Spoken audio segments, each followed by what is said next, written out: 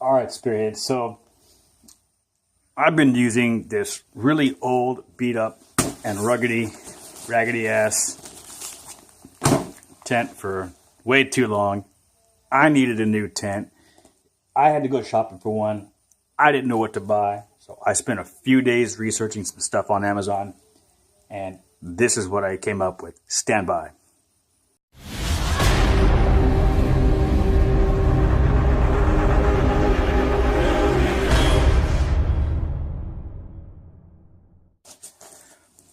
Boom.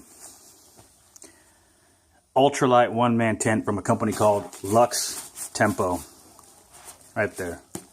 So, right off the bat, just to answer the obvious question, would I buy this tent all over again if I had to? The answer is yes, I would. I got this tent, a sleeping bag, and a pillow for I think $83 out the door. The pillow was a separate deal, $8 a pop, but the sleeping bag and the tent had a deal where if you bought the bag, if you bought the tent, you got the sleeping bag for free. Don't know if they still have that, but it's worth a try. I did it. Bag was good. Didn't have any major issues with it. So basically, I got a 20-degree sleeping bag for free. So no complaints. So again, this tent cost me, I think, something like the total price was like $83 for everything, the tent, bag, and the pillow. But just a real quick, who should buy this tent, okay? If you're hiking in extreme cold, don't buy this tent.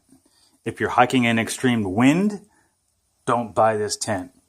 I'll get to that in a minute. But if you're hiking in rather moderate temperatures, and rather fair conditions, definitely want to look at this tent. The price is great. It goes up super fast. It's really easy. There's one pole with like 2 Ys at the end of it that you can't really screw up. It goes up fast, goes up easy, and it's actually, it holds up pretty well. I went out this past weekend to Big Bend, had a group of 10 with me, and taking them up into about 7,600 feet on South Rim, Northeast Rim. And everybody was rather impressed by the speed that the tent went up with, the space the tent provided, and I'll get to that in a minute. And of course, the overall look, feel, and functionality of the tent. So, speaking of the functionality, does the tent do its job? Yes, to a point. Here's what I mean. So, let's start off with a real quick review of the tent packaging itself. Comes in this little package with these little straps. These little straps don't really do much. Once you try and tighten them down, as you can see, they pretty much just come undone again. Really easy. Once a little movement comes, they kind of just undo themselves. They don't really stick. See? They just kind of undo themselves. So, getting past that, the tent, it's chintzy, it's lightweight, but it is what it is. It's just a package. You could actually function without it. So it comes with the tent, this guy line, this, minus the red straps. Those are mine. Comes with these little tent stakes and this extra bag. Don't even remember what was in this bag. I think this was the footprint bag it came in. I just cut both these out of the equation just to save weight, and I forget about them. Here's a bag, the guy line. We'll keep that over here for now. These are my own little red straps. I have them going opposite directions so I can tie them up later like this. I'll just take these off. And here's how I package up the back. And here's what I mean when I say that the tent mostly does its job and it's like 95% functional. So here's what I mean. Poles work great. We'll get to those in a minute. Here's how I package it up. Basically, I got the rain fly here, and I got the footprint here. Footprint's not really the problem, okay? The footprint is what it is. It's just something to keep your tent off the actual ground. So I don't really consider that too much of an issue. It just is what it is. They could make the footprint a little bit wider in order to compensate for the vestibule, so that you would actually have a covered vestibule outside of your tent. But again, that's a minor thing, not a big deal. As it is, the footprint's the exact same size as the tent base itself. So that's okay, not a deal breaker. The tent itself, though, however, is a very thin material. It's very, very thin. I don't even think it's ripstop. But while it's sitting on the footprint, it's not that big a deal unless you were in a wet environment. Then, of course, the water would come over the footprint and maybe possibly get into your tent. The seams are taped, but as you'll see, and I'm going to put a video right about here, the seams are kind of chintzy, okay? It's a plastic taping on the seams. I'm kind of impressed they even tape the seams at all to begin with, but if you're going to do something, do it right, right? So the seams are taped, but as you can see, with a minor use, just over a weekend, some of the seams already kind of unsealed themselves. In other words, the tape kind of ripped, the tape kind of burst or came undone right at the seam. And that way now you can see the stitchings. So that being said, you know, between the seams kind of coming undone with the taping, not the seams and the stitching themselves, but just the taping on the inside of the seams, and the really thin material of the bottom of the tent, I'm not 100% certain this tent would be waterproof. I'd have to test it out. As you can see, the tent I was using, a lot thicker bottom, a lot more durable. This has been in some wet environments, and I've had water surrounding my tent, and I didn't get inside. That's why I stuck with this really cheap, really ugly, stupid-looking tent, because the side of the tent, actually, this big, thick material actually came up a good 3 to 4 inches around all sides of the tent.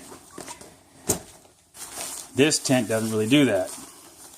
It comes up only about 3 inches. And even this sides of the tent, the walls are that same thin material. I mean, it's not ripstop, I don't think, and it's really thin. And this is where the seams have problems, right in here, where this material meets this material.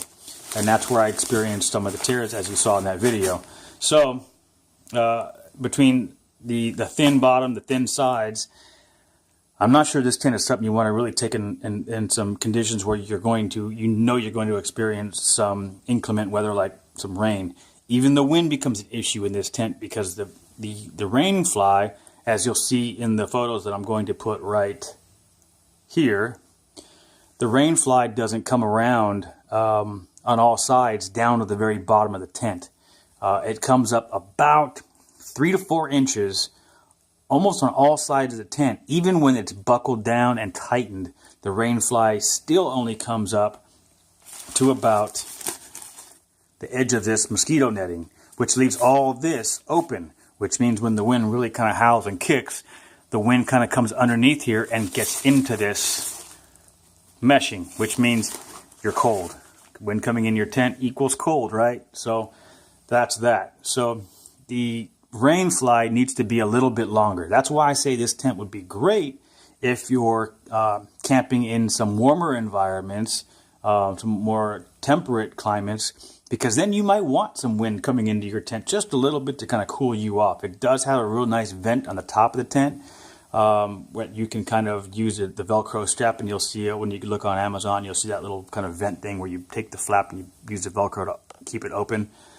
But in really cold environments, I mean, granted, this is what's considered an ultralight. I got this thing down to packaged 3.1 pounds, which is really nice.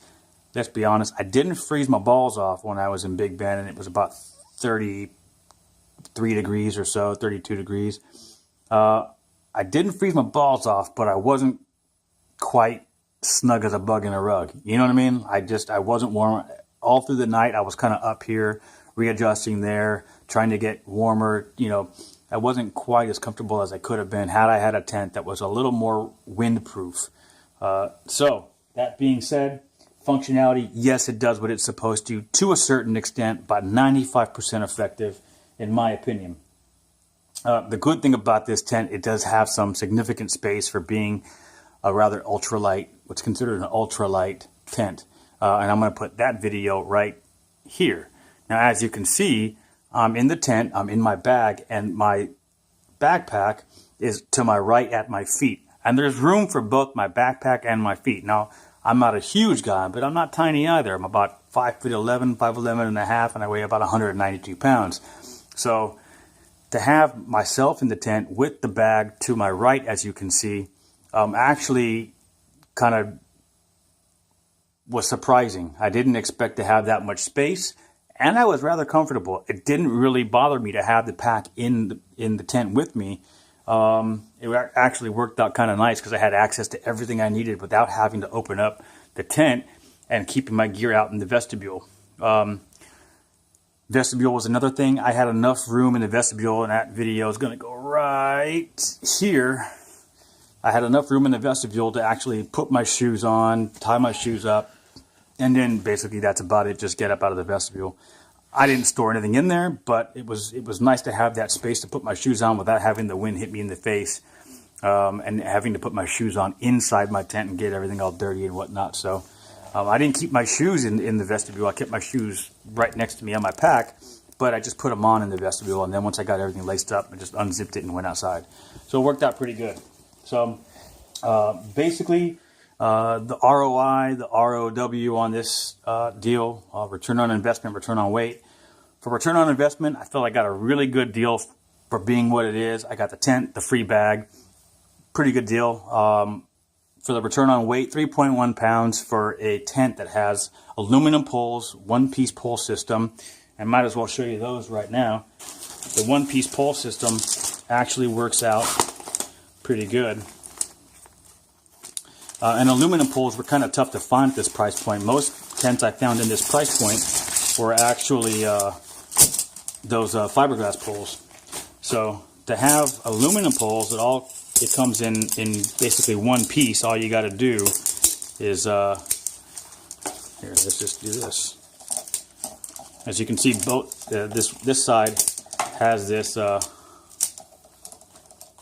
of Y formation, and this is on both sides. So it's just one big giant setup. Everything's connected. You don't have to worry about losing pieces. It's all part of the one big setup. So to have aluminum poles and the footprint, the vestibule, and everything else for 3.1 pounds was actually a pretty good deal to me. I can't really, I'm not going to complain too much about the return on weight investment on this thing. I felt I got a pretty good deal at 3.1 pounds and under $100 for the bag and for the tent and the sleeping bag. So now the tent stakes that it comes with are not these. These are those little Kaufland ones you see at Walmart or Academy or whatever. The ones it comes with is these. Now I weighed these with these. They weigh the same. No big deal. So I just like these better. So I took these with me instead, and it comes with 6 of these. So I took 4 of these and 2 of these just to kind of pin down the vestibule and any guidelines I may use, which I didn't use the guidelines. So that's about it. Pretty basic, down and dirty. The tent is actually, it's worth its money, again, if you're not going to be in real windy, real rainy situations. If you're going to be somewhere where it's kind of nice, kind of warm, not really a chance of rain and some moderate winds, I think you'll be fine with this tent, especially if you want something lightweight at 3.1 pounds. So that's about all I got. I hope that if you were thinking about a new tent and this helped you make a decision, by all means, please hit the like and follow button there. And, you know, if you have any questions, obviously leave them in the comments below, and I'll try my best to get to them with my the best answer I can. So that's all I got, and Spear Survival is out.